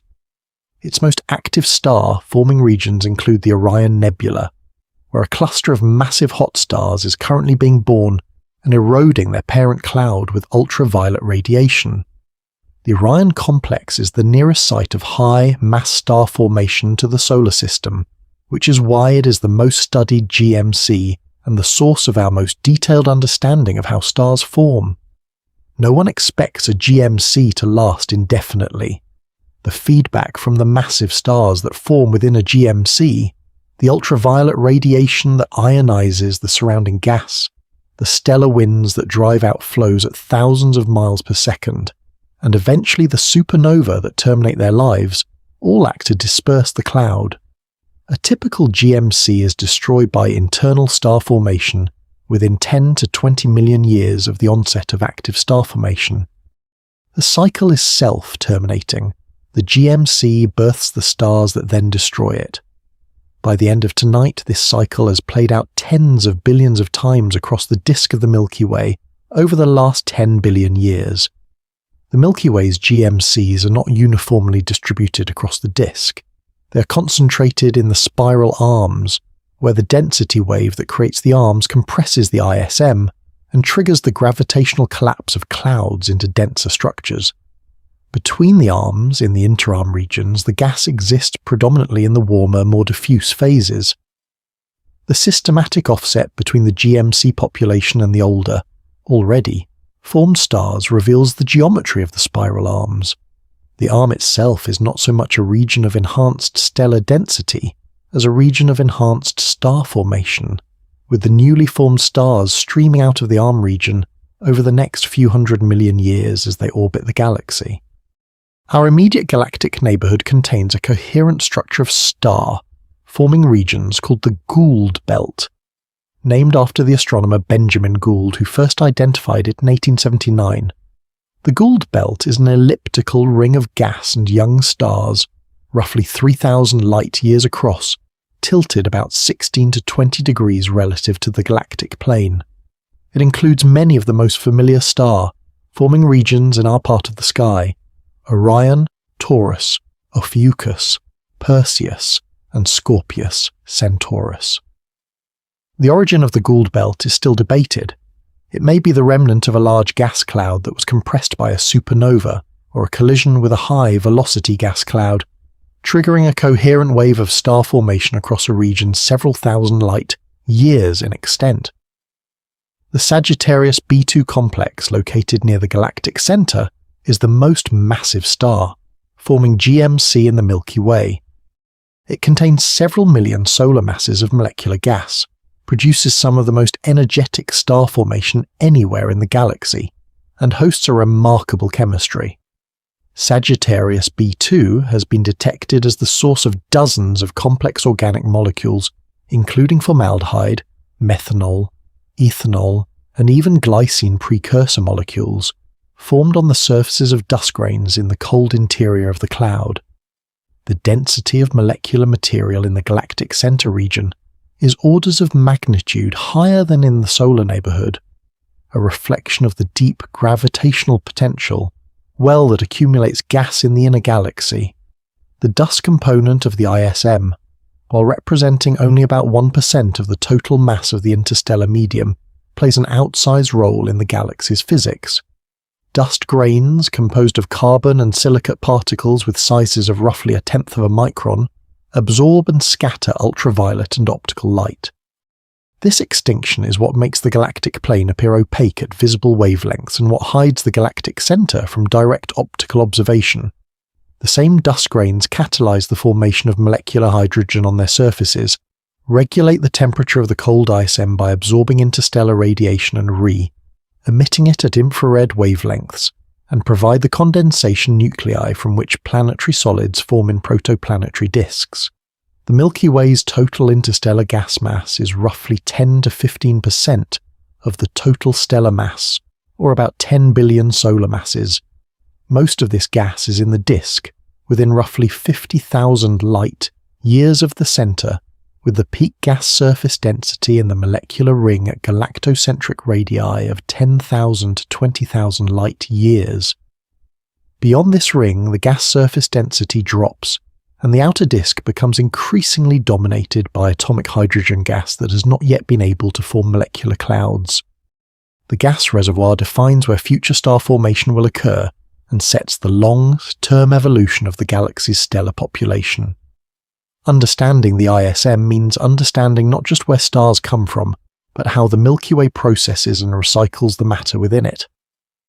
The 10 to 15 billion solar masses of gas currently in the disk represents the fuel tank for the galaxy's ongoing stellar evolution, accumulated from primordial gas and from the stellar outflows and supernova ejecta of all previous stellar generations. The Milky Way is not a static structure with a fixed population of stars. It is an active, cycling system in which gas becomes stars, stars process matter through fusion and die, and the ejecta returns to the ISM to seed the next generation.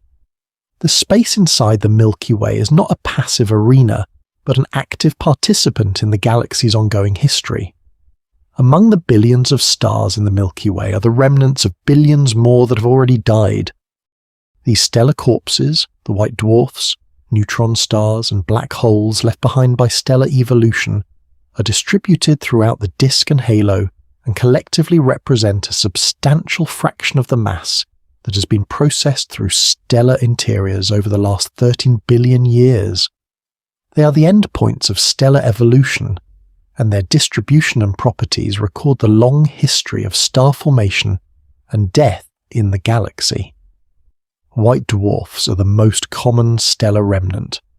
A white dwarf is the compressed, degenerate core left behind when a star of less than roughly 8 solar masses reaches the end of its hydrogen and helium, burning life and expels its outer layers as a planetary nebula.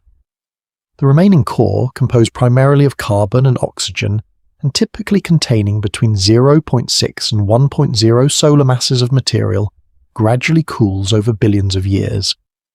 The current population of white dwarfs in the Milky Way is estimated at roughly 10 billion objects. The nearest white dwarf to the Sun is Sirius B, a companion to the bright star Sirius, at a distance of about 8.6 light-years, with a mass of about 1.0 solar masses compressed into a sphere roughly the size of Earth. A teaspoon of white dwarf material weighs several tons on Earth. The oldest white dwarfs in the Milky Way, those that have been cooling since the first generations of low, mass stars died in the early galaxy, have cooled to temperatures of a few thousand degrees or less, making them extremely faint. Finding these ancient white dwarfs is one strategy for constraining the age and star formation history of the Milky Way's various components. The coolest, oldest white dwarfs in the thick disk and halo have temperatures below 5,000 degrees, nearly as cool as red dwarf stars, and they glow primarily in the infrared. Several hundred of these cool white dwarfs have been identified within a few hundred light-years of the Sun through infrared surveys. Neutron stars are the remnants of more massive stars, those between roughly 8 and 20 solar masses that die in core, collapse supernovae. When the iron core of such a star collapses under gravity in less than a second, the electrons and protons in the core are forced together to form neutrons, and the result is a sphere roughly 12 to 15 miles across containing between 1.2 and 2.5 solar masses of material. The density at the center of a neutron star exceeds that of an atomic nucleus, and the physics of matter in that regime is not yet fully understood. The Milky Way is estimated to contain roughly 100 million neutron stars, though only a small fraction of these have been detected directly. The most observable neutron stars are pulsars, rapidly rotating neutron stars that emit beams of radio waves from their magnetic poles. These beams sweep through space like lighthouse beams, and when Earth happens to lie in the sweep path, we detect the neutron star as a regularly pulsing radio source. The Milky Way contains roughly 3,000 known pulsars, a small fraction of the total population. The fastest pulsars, called millisecond pulsars, rotate hundreds of times per second, having been spun up by accretion of material from a companion star over millions of years. These millisecond pulsars are extraordinarily precise clocks, rivaling atomic clocks in their long-term stability, and arrays of them are being used to detect gravitational waves by monitoring tiny correlated variations in their pulse arrival times. Stellar mass black holes, the remnants of the most massive stars, are the rarest class of stellar remnant. A star with an initial mass greater than roughly 20 solar masses may, after core collapse, produce a black hole rather than a neutron star, either because the explosion fails and the entire star collapses, or because the initial neutron star accretes enough material from infalling stellar shells to exceed the maximum neutron star mass and collapse further. The Milky Way is estimated to contain between 10 million and 100 million stellar mass black holes, but they are essentially invisible unless they are accreting material from a companion star, at which point they emit X rays and can be detected as X-ray binary systems. A few dozen X-ray binaries are known in the Milky Way. The recent discovery of dormant stellar mass black holes using astrometry has opened a new window on this hidden population. Gaia has detected several objects whose host stars show a subtle wobble in their proper motion on the sky, the signature of an unseen companion pulling them periodically as the pair orbit each other. At least 2 of these companions have been confirmed as stellar, mass black holes with masses of several solar masses, coasting through the solar neighborhood without accreting material, and therefore completely dark in all wavelengths. Gaia's full astrometric catalogue will likely contain dozens to hundreds of such dormant black holes, providing the first statistical sample of the isolated stellar mass black hole population, and a much more direct constraint on the total number of these objects in the galaxy. No one expects the full census of stellar remnants in the Milky Way to be completed in the near term. The white dwarf population is constrained by optical and infrared surveys, but is incomplete below the detection threshold of current instruments. The neutron star population is constrained by radio pulsar surveys that miss large fractions of the sky and are biased toward nearby pulsars. The black hole population is detected only in rare cases of accretion or in nearby astrometric wobbles. The total mass locked up in stellar remnants, roughly 5 to 10 billion solar masses, rivals the mass of actively burning stars in some estimates, meaning that the graveyard of the Milky Way is comparable in mass to its living stellar population. The spatial distribution of stellar remnants reflects the star formation history of the various galactic components. White dwarfs are found throughout the thick disk, and halo, with the oldest and coolest in the ancient halo population. Pulsars are concentrated in the disk near the spiral arms, where the massive stars that produce them preferentially form and die. The youngest pulsars are associated with supernova remnants still visible at radio and X-ray wavelengths, like the Crab Nebula, the remnant of a supernova observed by Chinese and Arab astronomers in 1054 CE at a distance of roughly 6,500 light years. The Crab pulsar at its center rotates 30 times per second and is slowing measurably as it radiates energy into the surrounding nebula, and its age and the age of the nebula match precisely, a confirmation that the pulsar-supernova remnant connection is understood correctly. The stellar remnant population adds invisible mass to the Milky Way's interior volume. For every 10 stars visible in the disk tonight, there are billions of their predecessors' corpses drifting silently through the same space, too faint to see without targeted instrumentation, but present, gravitationally active, and carrying the chemical legacy of the nuclear burning that ended their lives. Running through the disk of the Milky Way, threading through the GMCs and the interstellar medium and the spaces between the spiral arms, is a magnetic field. It is not a dramatic field by the standards of stellar surfaces or planetary cores. Its average strength in the solar neighborhood is roughly 6 microgauss, a value so small that it would not deflect a compass needle even slightly. But its effects on the physics of the galaxy are substantial, and its geometry encodes the history of the Milky Way structure and dynamics in ways that astronomers are still decoding. The galactic magnetic field has 2 components. The large, scale-ordered component follows the geometry of the spiral arms, running roughly parallel to the arm structure on scales of thousands of light years. This large-scale field is thought to have been amplified from a weak primordial seed field by the differential rotation of the galaxy over billions of years through a process called the galactic dynamo. The disk rotates differentially, meaning the inner regions rotate faster than outer regions, and this rotation gradually winds up and amplifies any magnetic field lines that are stretched in the azimuthal direction. Over billions of years, the dynamo converts the kinetic energy of rotation into magnetic energy, maintaining the ordered field against the turbulent diffusion that would otherwise destroy it. The turbulent component of the galactic magnetic field is generated by the random motions of gas in the ISM, driven by supernova remnants, stellar winds, and the thermal instabilities of the various ISM phases. This turbulent field has comparable strength to the large, scale field on small scales but averages out over large distances. It is this turbulent component that scatters the paths of cosmic rays as they propagate through the galaxy.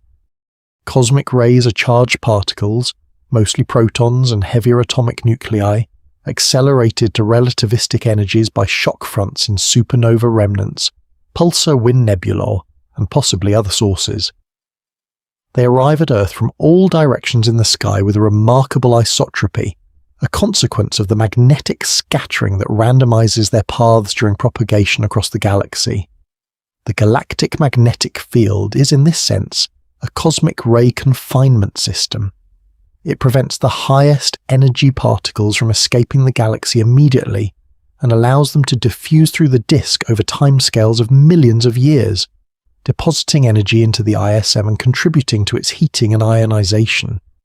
The energy density of cosmic rays in the solar neighborhood is roughly comparable to the energy density of the magnetic field, the thermal pressure of the warm ISM, and the turbulent kinetic energy of the gas. This rough equipartition is not a coincidence.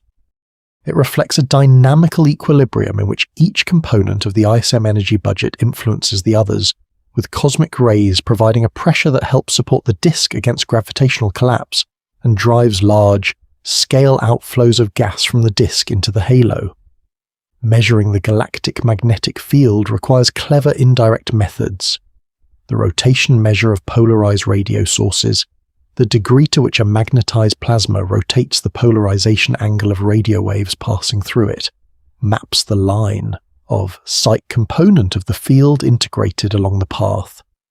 Dust grains align with their long axes perpendicular to the magnetic field, so the polarization of starlight or thermal dust emission maps the plane of sky component of the field direction. Synchrotron radiation, emitted by relativistic electrons spiraling in the magnetic field, traces the field strength and direction in the disk and halo. Together, these techniques have produced a detailed, if still incomplete, picture of the Milky Way's magnetic field geometry.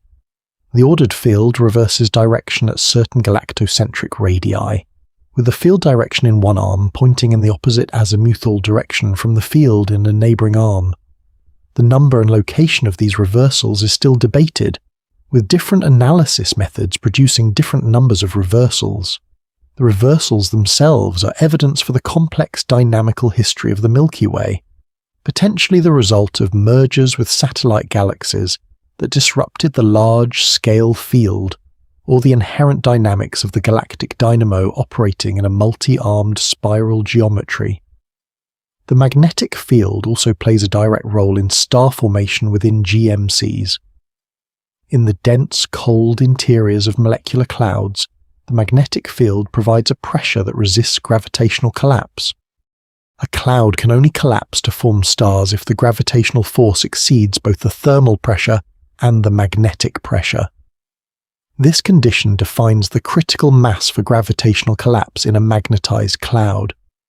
The fact that the Milky Way's star formation rate is modest, roughly 1 to 3 solar masses per year, rather than the catastrophically high rate that would result if all GMC gas collapsed simultaneously, is partly a consequence of magnetic support delaying collapse until the field can slowly diffuse out of the cloud through a process called amber polar diffusion, in which the neutral gas gradually decouples from the magnetic field and contracts while the ions, still coupled to the field, are left behind. Beyond the disk, the galactic magnetic field extends into the halo. The Fermi bubbles and Rosetta bubbles described earlier are surrounded by coherent magnetic structures visible in radio polarization surveys. The halo field is weaker than the disk field, but still dynamically important. It may help confine the hot gas of the Fermi bubbles and guide the outflows of gas and cosmic rays from the disk into the halo. Mapping the full three-dimensional geometry of the galactic halo field is one of the major outstanding challenges of Milky Way astrophysics, requiring new radio facilities with sensitivity and sky coverage beyond current instruments. The galactic magnetic field also connects to the question of where the Milky Way ends. If the halo field extends coherently into the circumgalactic medium, connecting the disk to the intergalactic medium, then the galaxy's magnetic influence extends far beyond its luminous stellar boundary. The local group is thought to contain a weak intergalactic magnetic field, potentially the relic of magnetized outflows from the Milky Way, Andromeda, and the smaller galaxies during early epochs of star formation. No one predicts a clean boundary between the Milky Way's magnetic domain and the surrounding intergalactic medium. The transition is gradual, patchy, and shaped by a history of accretion and outflow that has not yet been fully reconstructed. In the context of the Milky Way's total volume, the magnetic field is a reminder that the galaxy's contents are not simply a collection of stars and gas parcels floating freely in space. They are threaded together by magnetic field lines that carry tension, pressure, and the accumulated record of billions of years of dynamics. The same differential rotation that organized the spiral arms has organized the magnetic field. The same supernova explosions that enrich the ISM with heavy elements have driven the turbulent component of the magnetic field. The same cosmic rays that arrive at Earth from all directions have been confined and scattered by that field for millions of years before reaching us. The interior volume of the Milky Way is not just large in its spatial extent, it is large in the complexity and interconnectedness of the processes that fill it. The Milky Way does not float in isolation in an otherwise empty universe. It is embedded in a web of filaments, sheets, and voids that constitutes the large-scale structure of the cosmos, and its position in that web is itself a meaningful statement about the size of the space it occupies. The cosmic web is the name for the large-scale distribution of matter in the universe. Matter, driven by gravity over billions of years since the Big Bang, has assembled into a pattern resembling a three-dimensional spiderweb, dense filaments of dark matter and gas connecting at nodes where galaxy clusters are found, surrounding vast voids where matter is sparse. This pattern was predicted by computer simulations of structure formation in the 1980s and confirmed by large galaxy redshift surveys beginning in the 1990s.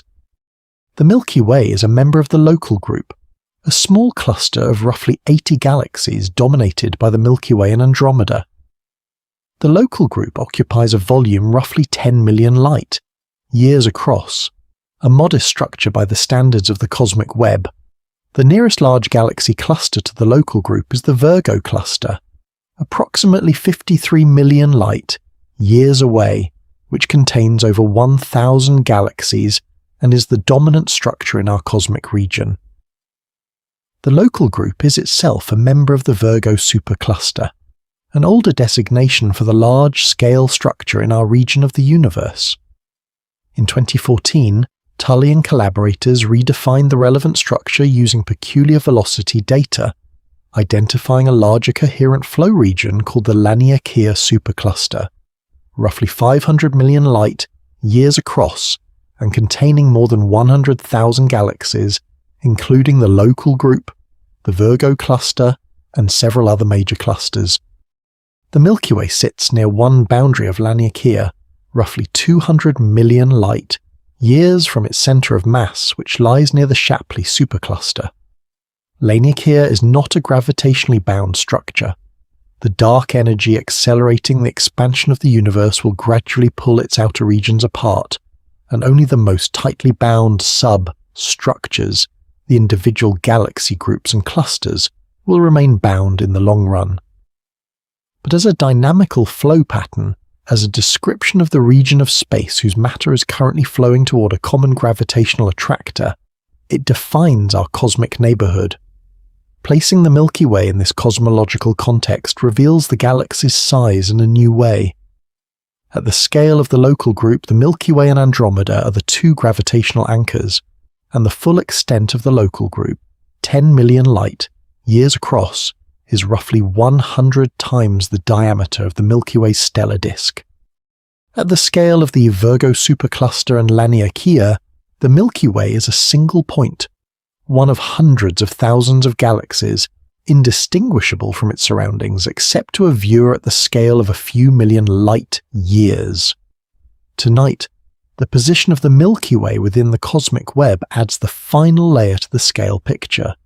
The galaxy that spans over 1 million light years, including its satellite system, is itself a minor constituent of a local group of galaxies, which is itself a minor constituent of a supercluster, which is itself one of millions of superclusters in the observable universe.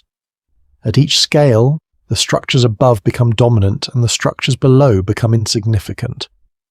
The Milky Way is both enormous, compared to anything within it, and vanishingly small, compared to everything that surrounds it.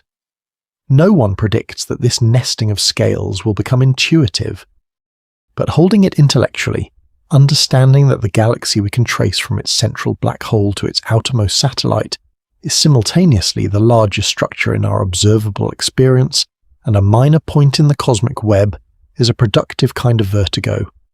It is the correct scale at which to understand where we are. The Milky Way's position in a filament of the cosmic web, near the boundary of the Laniakea supercluster, means that the galaxy has been shaped not only by its own internal dynamics and its satellite galaxies, but by the large-scale gravitational flow of matter in a region hundreds of millions of light years across. The slow drift of the local group toward the Virgo cluster at hundreds of miles per second, the even slower flow of the Laniakea structure toward the Shapley attractor, these motions connect the Milky Way to a gravitational web spanning scales 1,000 times larger than the galaxy itself. We are at one address in a very large building. We began tonight with a figure, 100,000 light years across. By the end of tonight, that figure should feel like a minimum, a first approximation, a description of the most visible and least representative layer of what the Milky Way actually is. There is a specific thing that happens when you hold the full inventory together. The thin stellar disk, 100,000 light years across and 1,000 light years thick, nearly empty space punctuated by stars separated by distances that dwarf the entire solar system. The thick disk and stellar halo, extending to 100,000 light years above and below the midplane, containing the disrupted remnants of galaxies the Milky Way has absorbed over 13 billion years. The Fermi and E Rosita bubbles, 90,000 light years tall, rising above and below the galactic center, filled with energetic particles from an ancient episode of activity we are still reconstructing. The globular clusters, scattered to 300,000 and 400,000 light years, tracing orbital paths that probe the dark matter halo. The satellite galaxies, ranging from 70,000 to 820,000 light years, each a gravitationally bound system of its own, orbiting in the halo. The circumgalactic medium, diffuse, hot, extending to hundreds of thousands of light years in every direction, containing a mass of ordinary matter that may rival the stars, and underlying all of it the dark matter halo, extending to 500,000 or 600,000 light years in radius, containing most of the galaxy's mass in a form we cannot directly see. Hold that full picture together, and what you notice is that the 100,000 light-year disk is a thin and bright core floating inside a structure that is roughly 10 to 12 times larger in its linear extent. The Milky Way, fully counted, spans a volume something like 10 to 12 times larger in diameter than the disk alone, and perhaps 1,000 times larger in volume. Every star, every planet, every hydrogen atom in every molecular cloud, and every ancient globular cluster star orbiting on a 300,000-year path through the outer halo, all of it is the Milky Way. No one predicts that this picture will become fully intuitive. Human cognition evolved to navigate distances of a few feet to a few miles, not 600,000 light years, but the exercise of holding the full inventory, of refusing to let the simple figure stand without the full context, is the difference between knowing something and understanding it. The Milky Way is our home in a very deep sense.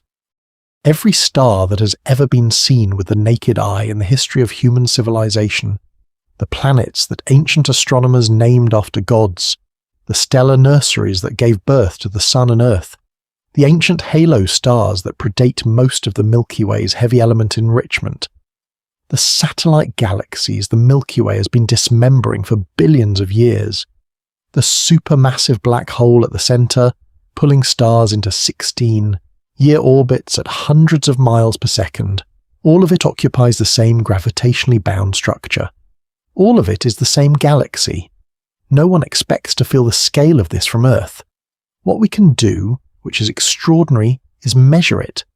The Gaia satellite is currently reading the positions and velocities of 1.5 billion stars with precision that would have been inconceivable 50 years ago. Radio telescopes are mapping the neutral hydrogen of the disk in 3 dimensions. X-ray observatories are tracing the hot circumgalactic medium. Gravitational microlensing surveys are probing the dark matter content of the inner halo. And generations of astronomers have built up, argument by careful argument and measurement by careful measurement, a picture of the Milky Way that is far grander and stranger and more precisely detailed than anything available to any previous generation of human beings. We live inside a structure whose full boundary is roughly 1.2 million light years from one side to the other, if you count the outermost satellite galaxies. We live 27,000 light years from its center. We orbit the center at 143 miles per second, completing one circuit every 225 million years. Our cosmic neighborhood, the local bubble of hot gas in which the sun has resided for the last few million years, is a 1,000 light-year wide pocket of relative calm inside a disk of hundreds of billions of stars. And all of it, from the nearest star to the most distant satellite, is separated by distances so vast that the fastest object we have ever launched into space would take hundreds of millions of years to cross them. No one expects the scale of the Milky Way to shrink to something comfortable.